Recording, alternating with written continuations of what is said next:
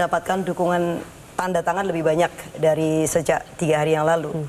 Misalnya dari semalam aja itu anggota misalnya secara voluntary dia bilang aku mau signing dok, misalnya kayak gitu, gimana, yaudah temuin saya, karena itu kan harus secara otentik. Sudah sign ya? Iya. Orang per orang beberapa. Jadi yang lewat saya sudah 10 orang.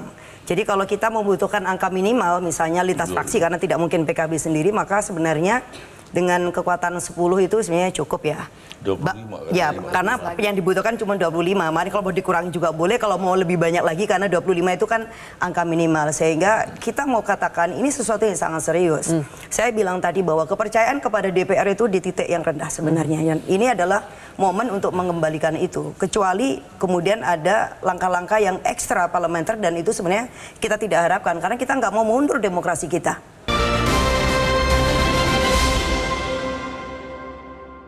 Dipersembahkan oleh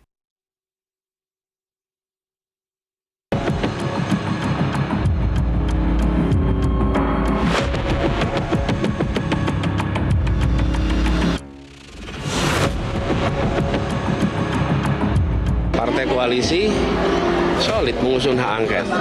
Dari situ dulu, nanti kita lihat ke depannya gimana. Perlu komitmen kawan-kawan di parlemen untuk bisa menegurkan ini. Banyak jalan terjal yang memang diciptakan karena sebenarnya nggak perlu takut terhadap penggunaan hak DPR ini ketika proses pemilu ini berjalan dengan baik. Bu Mega itu jauh pikirannya, masalah ini belum akan selesai hanya dengan angket atau MK. Sesudah itu menuju pelantikan Oktober juga mungkin akan banyak dinamika, sehingga Bu Mega tidak mau buru-buru.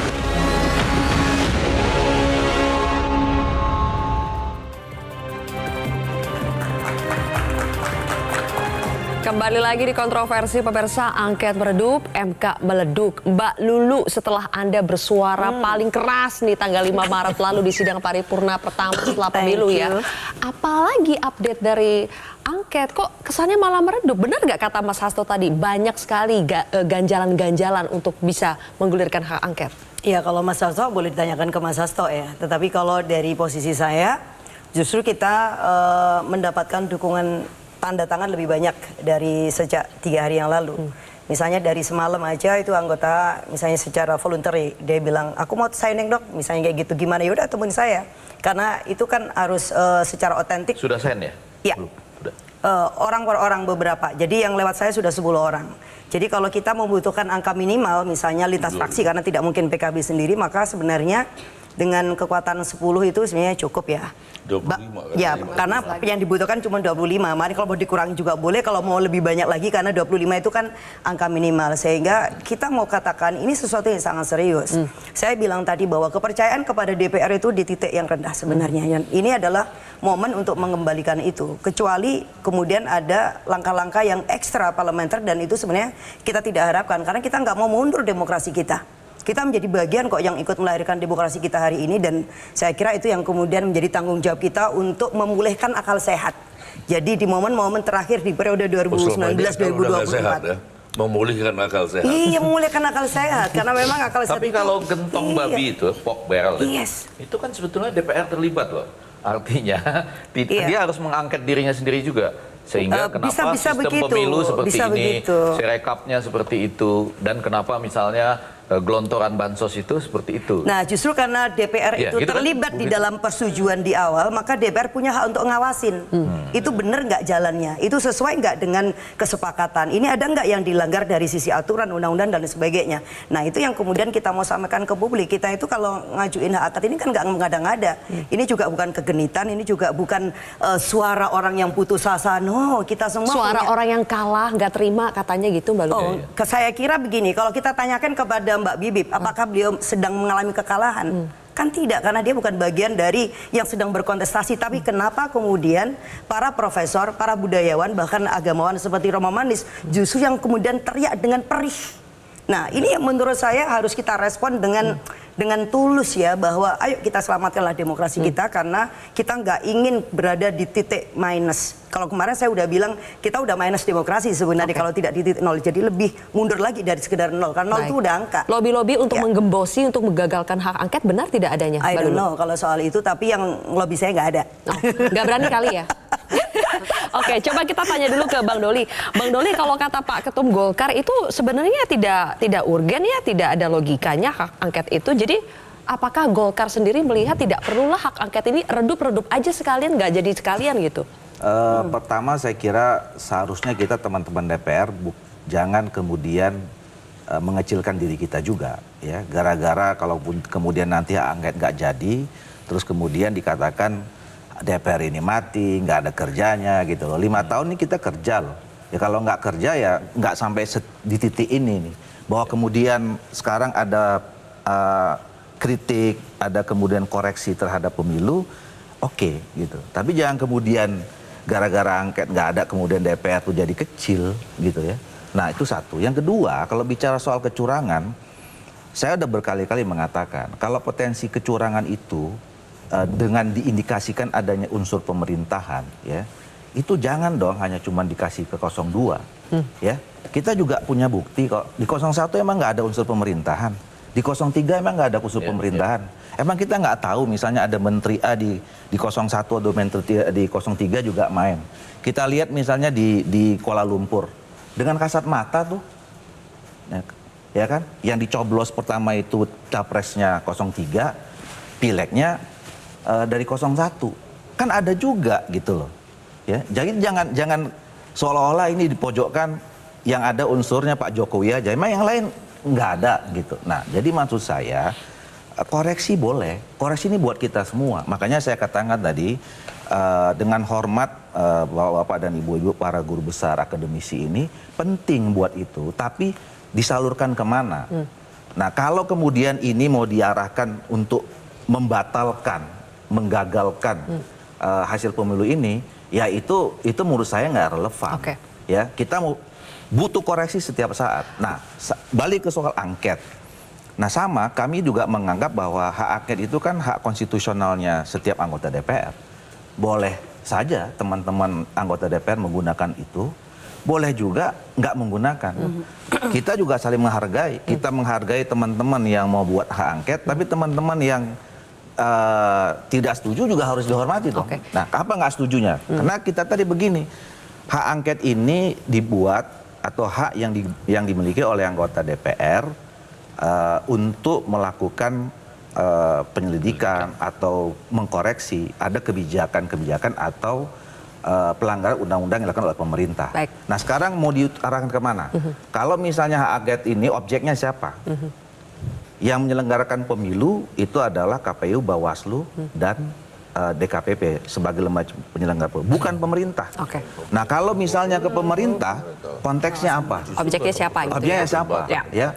Kalau misalnya pemerintah, presiden, ya nggak ada hubungannya dengan penyelenggara pemilu, gitu. Nah makanya itu yang menurut kami tidak relevan. Kalau misalnya mau menyelesaikan persoalan pemilu, terjadi pelanggaran, ya. Administrasi ke Bawaslu, sengketa pemilu ke MK.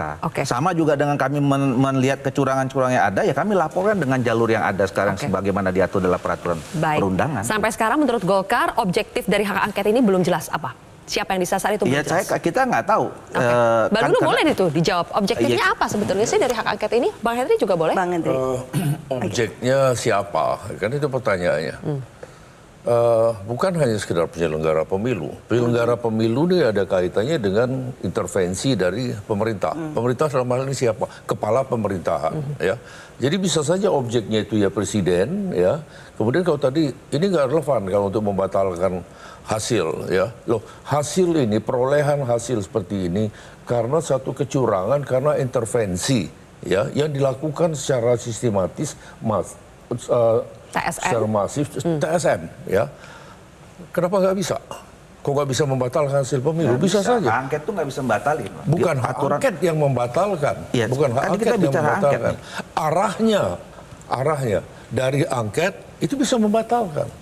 Taruhlah kita lebih dulu sidang sidang di MK. Efek samping kemudian itu bisa dijadikan itu. Konsekuensinya. Efek samping. Konsekuensi. Kan langsung nggak kan? Menurut ini maksudnya. Loh, sekarang ketika presiden terbukti melanggar undang-undang, kemudian bentuk pelanggaran yang berkaitan dengan pemilu, Ya nggak, undang-undangnya ya apa yang dilanggar. Makanya saya katakan kalau misalnya kita mau hak angketnya presiden, ini udah politis, udah bisa kemana-mana nih.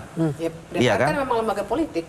Gitu loh. Tentu saja politis. Apanya? Ya, tentu saja politis karena DPR memang lembaga Ya politik. memang kan? nih politik, tapi arahnya kan udah nggak relevan lagi dong. Jadi bisa partisan dong dibilang. Kalau misalnya ujungnya mau menganggap presiden yang mau dicari kesalahannya dalam konteks pemilu apa. Yang mengajukan nah kalau kan bicara partai soal politik. bicara kecurangan, Yang mengajukan angket kan partai politik. unsur Kalau hak pemerintah angket partisan ya, boleh kan? Ya partisan, karena iya, memang partisan dong. Iya partisan karena memang diinisiasi Gitu. oleh Besar ya, lembaga nggak boleh. yang memang itu adalah lembaga politik. Nah kita belum sampai kepada ujung. Kenapa? Pertama hak angket itu juga belum disubmit, ya kan? Ya. Kemudian ini juga belum dibahas, belum diselidikin, Mas. Jadi kenapa kemudian kita juga tidak ingin terlalu memberikan ruang keliaran itu terjadi sampai kemudian ide pemakzulan. I don't know. Maksudnya kita tidak pada pretensi itu. Karena apa? Karena ini belum dimulai penyelidikannya. Nah kecuali kalau kemudian kita udah membuat, mohon maaf ya, misalnya kesimpulan sudah lebih dulu ada tapi padahal proses saja belum dilakukan. Nah ini baru mungkin perlu dipertanyakan. Bukan, Bu Lulu. Ya. Kan proses hak angket itu kan nanti harus jelas dulu. Oh, Kalaupun iya, ada 25 tanda tangan, lebih dari 2 fraksi, itu kan harus dijelaskan latar belakangnya apa, Oh iya, tujuannya apa. ada dokumen dan angket itu yang bisa dijelaskan nanti di rapat Ya. pimpinan, di rapat bamus dan segala macam gitu loh. Nah, ini yang kami, saya tentu pasti nggak tahu. Iya, karena- Ya kan pasti teman-teman kan Iya yang gitu dong. kan, gitu. Karena kami nggak setuju, kira-kira gitu. Kenapa nggak Tapi setuju kalau- kan belum? Loh, belum enggak. tahu isinya. Gak apa-apa, Enggak. mereka boleh loh Ya, dari boleh awal dong. nggak Boleh, setuju. boleh. Kalau Boleh orang dong. lagi menang, itu dari awal pasti gak setuju. Pasti nggak setuju. Oh, gitu. Dan selalu bilang bahwa ini bisa kemana-mana, bahwa ini... Iya dong. Iya. Ya sama. Tapi bisa jadi nanti di perjalanan setuju karena kan ada semangat gini. Ada juga semangat di luar hal-hal yang kaitannya misalkan nanti seperti yang misalkan Bang Hadi tadi sebutkan ujungnya mau kemana, misalkan mau hasil pemilu. Tetapi di luar itu ada juga semangat kita memang ingin memperbaiki sistem. Nah, iya. Kita punya koreksi misalkan betul, misalkan terhadap sistem politik, kemudian pemilu kita yang luar biasa tiring. Pak Prabowo sendiri juga mengatakan yang itu juga yang perlu diuji. Apa yang menyebabkan seorang misalkan Prabowo harus mengatakan oh pemilu sangat lelah, sangat messy, sangat mahal. Justru itu yang bisa menjadi bagian materi kita untuk Nah, itu saya setuju kalau itu. Makanya kita membutuhkan koreksi masukan dari ini. Tapi koridornya harus tepat. Koridornya adalah untuk mengkoreksi sistem pemilu kita untuk pemilu berikutnya, bukan untuk mengganggu yang sekarang. Nah, kalau misalnya sekarang begini, oke lah, akademisi dan segala macam itu punawirawan kan nggak boleh dong kemudian mengatasnamakan rakyat membatalkan yang 58 juga gitu loh. Terus mau diabaikan nih. Kenapa langsung 58 ya? Loh, Enggak, tadi kita nggak berpikir 58. Apa sih yang 58? Nggak, maksudnya kita 58 itu suara Prabowo Gibran. quick count, ya kan? Jadi panggilannya gitu. Loh bukan, tadi kan juga disebutkan 62%. Baik. Iya. Oh kan? oke sih. Ya. Kan tadi kan Mas Gazali membandingkan Oh, oke. 62 toh? 62,2. Iya, 62,2. saya nggak bilang 58. Oke, 58 baik. langsung ya. Gitu. Baik, intinya ada beberapa jalur Mbak Bibip, tapi apakah memang semua jalur ini mau itu jalur politis di hak angket, kemudian jalur hukumnya di MK, semuanya harus dicoba dan itu layak-layak saja. Betul. Tapi dijawab nanti, kita akan bahas lebih jauh. Pemirsa, usai jeda tetaplah di Kontroversi. All the way.